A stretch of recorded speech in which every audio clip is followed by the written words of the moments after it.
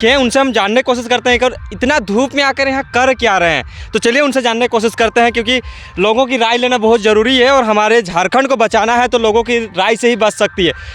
क्या कर रहे हैं भैया? जोहार। क्या क्या क्या कर रहे हैं यहाँ पे?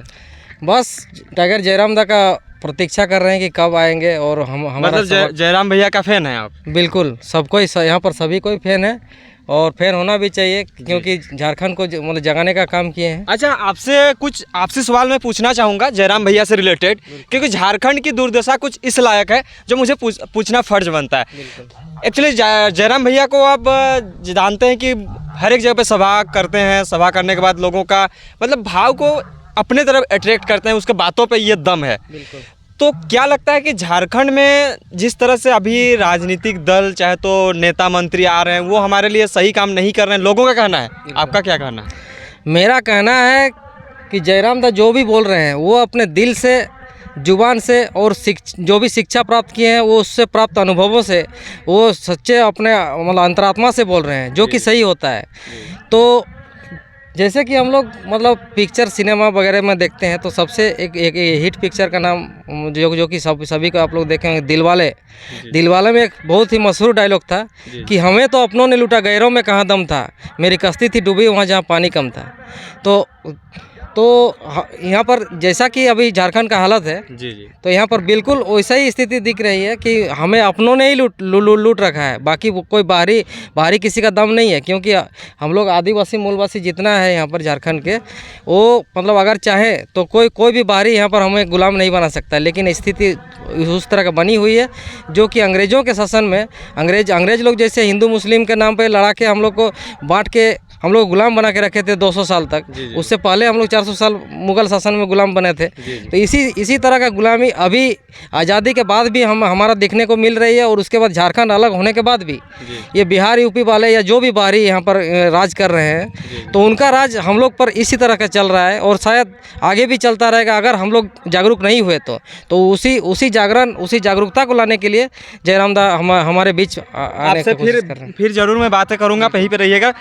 जोहार भैया। जोहार। कहाँ से आए हैं आप? हम मिलन चौक। ये धूप इतना ज्यादा दिख रहा है, किसको आप वेट कर रहे हैं यहाँ पे बैठ के? टाइगर जयराम महतो का बड़े फैन लग रहे हैं आप? बहुत बड़े फैन है। अच्छा, क्या लगता है कि जयराम महतो कहीं ना कहीं हम जब बाइट निकालते हैं तो मुझे लगता है कि लोगों का भी ये एक सजेशन आता है कि जयराम महतो हमारे लिए अच्छे काम कर रहे हैं, जयराम महतो को अगले इलेक्शन में खड़े होना चाहिए और अपने झारखंड के हितार्थ में कुछ काम करना चाहिए। क्या लगता है आपको? बिल्कुल खड़ा होना चाहिए। जिस हिसाब से बाकी पार्टियों को 22 साल आज झारखंड बने हुए हो गया, 22 साल में बाहरी पार्टियों को इतना सपोर्ट किए, इतना वोट दिए और वो हम लोग के हित में काम करेगा बोल के वो लोग नहीं किया। तो हम लोग चाहते हैं कि इस बार जयराम महतो इलेक्शन में खड़ा हो और जीते और वो हम लोग के हित में काम करेंगे जी। और भी मैं आप लोगों से एक सवाल पूछना चाहूँगा आपसे भैया, जयराम महतो का बात आपको क्या अच्छा लगता है जो आप इतना बड़ा फैन बन गए और इस धूप में भी आके यहाँ पे खड़े हो गए हैं?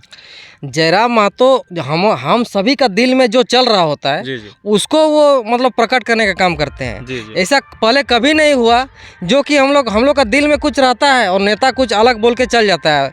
बस मतलब फुटबॉल खेल वाला को कुछ दे के चल जाता है, छौ नाच वाला को या किसी भी मतलब जो भी प्रोग्राम होता है उसको कुछ पैसा 5,000 10,000 दे के चल जाता है।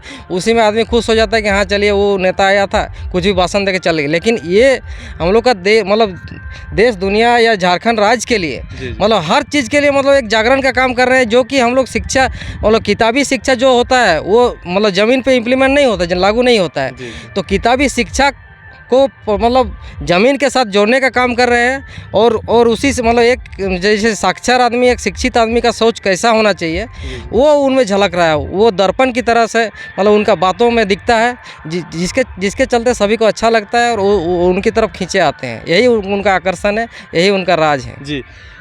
आपसे एक सवाल है भैया कि जयराम महतो जहाँ भी जाते हैं उसके साथ इतना सारा काफिला चलता है, क्या लगता है कि आज राधा रानी मैदान में भी ऐसा कुछ देखने को मिलेगा? बिल्कुल मिलेगा, क्योंकि देखिए उसका नाम ही काफ़ी है।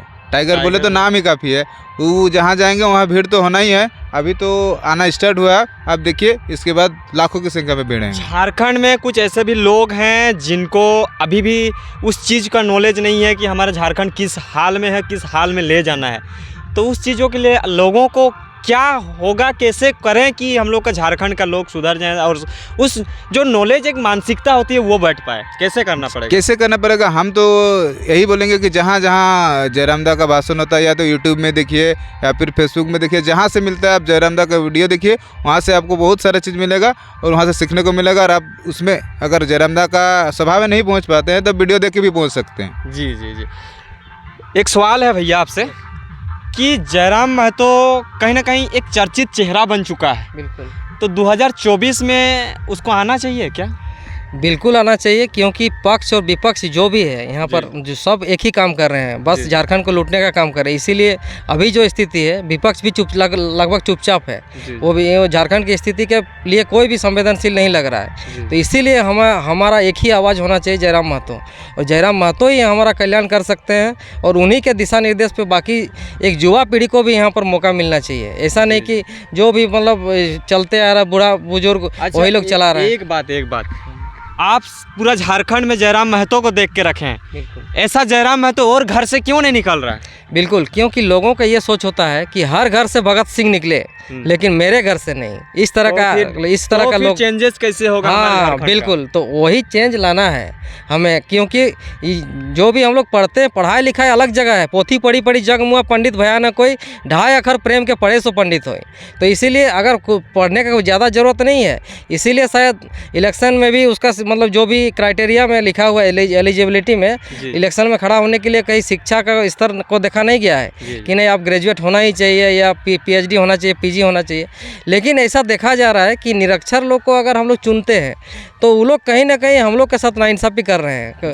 कहीं ना कहीं वो लोग किसी ने दारू या पैसा से वो लोग मतलब किसी से ठगे जा रहे हैं और ठगाए जा रहे हैं, और हम लोग को भी ठगने का काम कर रहे हैं। तो इस तरह से बार बार हम लोग को ठगने का काम लगभग 22-23 साल झारखंड बनने के बाद भी हमें स्थानीय नीति मिला नहीं, पुनर्वास नीति नहीं मिला, औद्योगिक नीति नहीं मिला, ना ही मतलब कुछ उस तरह का मतलब विकास देखने को मिल रहा है। यहाँ तक कि हम लोग का नियोजन नीति अभी तक क्लियर नहीं है, 60-40 के मामले में फंसा के रखा है। तो इस तरह से मतलब और कितना दिन हम लोग सहेंगे? तो इसीलिए आगे आने वाली पीढ़ी के साथ हम लोग इंसाफ चाहते हैं, तो थोड़ा सा आंदोलन तो जरूर करना होगा।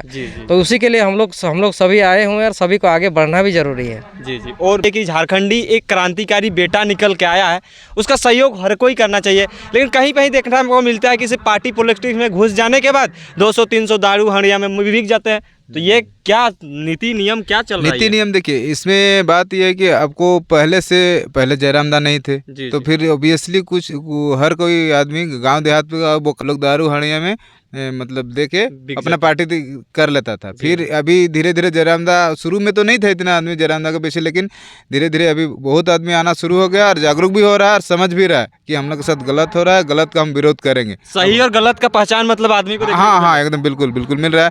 और देखिए आगे इससे और बढ़िया विरोध करेंगे, और जैसे कि आदमी गांव में जागेगा तो ही विरोध कर पाएगा, और उसका शिक्षा जानकारी जयराम दा के थ्रू मिल रहा है आदमी को। जैसे तो वो गांव के वोका लोग पढ़ नहीं पाते हैं सही स्कूल में, और ना स्कूल में वैसा कोई नीति नियम है ना उसमें पढ़ाया जाता है, तो फिर जयराम दा के थ्रू ही अभी समझ रहे हैं और उसका विरोध कर रहे हैं। जी जी। जिस तरह से टाइगर भैया बहुत दिनों से, लगभग 1.5 साल होने वाला है उसका सभा इधर उधर करके, लगभग 300-400 से ज़्यादा सभा उन्होंने कर रखा है।